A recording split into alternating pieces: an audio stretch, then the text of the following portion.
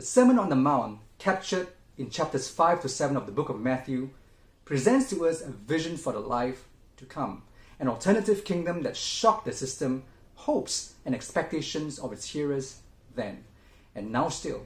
We know it to contain some of the most well-known teachings of Jesus. Now, here are 3 thoughts I would like to offer us today. Point number 1. The Sermon on the Mount cannot be lived out apart from the indwelling Spirit of God in us. We often say that we are not meant to do things in our own strength, but we still do it anyway. As an example, blessed are the peacemakers, for they will be called sons of God. I can't tell you the number of times I've blown it in trying to be a peacemaker at home. Or love your enemies and pray for those who persecute you. Impossible when your feelings of contempt for another person don't quite line up with the call to love anyway. The stark reality is that only Jesus can live that life. But the truth is that we who have the indwelling Christ in us can live this alternative kingdom life. Point number 2.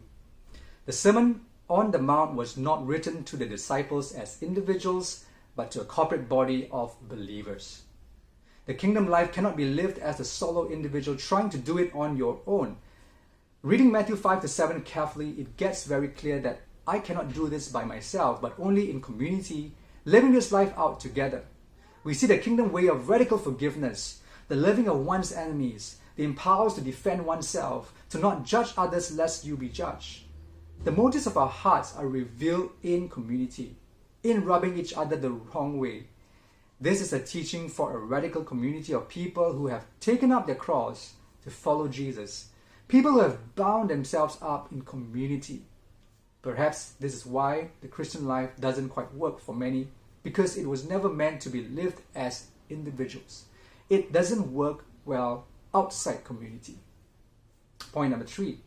This is how the people of God together witness what the kingdom of God is. If we want to have an infectious impact on the world, we need to see how Jesus lived.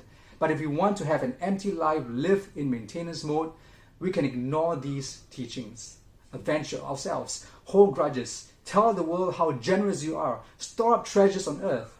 Do all these and we will reap the benefit of that kind of life. But this vision of the life to come is not just a set of rules and regulations, but a depiction of God's plan for an attractive life lived out. The Sermon on the Mount is a sobering reminder to me about how my doing cannot precede my being. These teachings of Jesus was never about the outward appearance, but the inner transformation that addresses hypocrisy. To sum it up here, the Sermon on the Mount reminds us of at least 3 things. 1, that it cannot be lived out apart from the Spirit of God in us. 2, it was written to a corporate body of believers, not just to individuals. And 3, it presents a visible witness to the world on how the kingdom of God is lived out through Jesus.